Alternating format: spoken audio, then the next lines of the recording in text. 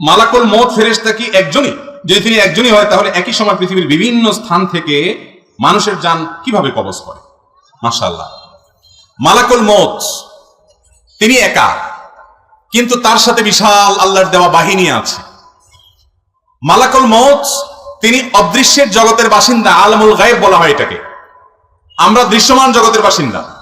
আমরা আমাদের মতো করে আল্লাহর ফেরেশতাকে তুলনা করি বা চিন্তা করি তাহলে ভুল হবে। আল্লাহ রাব্বুল আলামিন অনেক ফেরেশতা তৈরি করেছেন, তাদের যে দক্ষতা, তাদের যে যোগ্যতা, তাদের যে কোয়ালিটি দিয়েছেন সেগুলো আমরা আমাদের মতো করে দেখলে হবে না। জিবরিলকে আল্লাহ রাব্বুল আলামিন কতগুলো ডানা দিয়েছেন?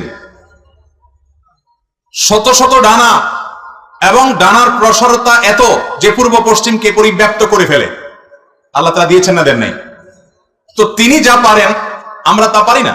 আমরা একা হলে যেটা পারি, ফেরেশতারা একা হলে তার চাইতে হাজারো লক্ষ কোটি বা অগণিত গুণ বেশি পারেন। তাছাড়া মালাকুল মউতের সাথে নিয়োজিত আল্লাহর অনেক ফেরেশতারা ডিউটি পালন করে, তিনি একা না, তিনি তাদের গ্রুপ লিডার। বিধায় কিভাবে সবার রূহ কবজ করে এটা নিয়ে আমার টেনশন, আপনার টেনশন না করলেও চলবে।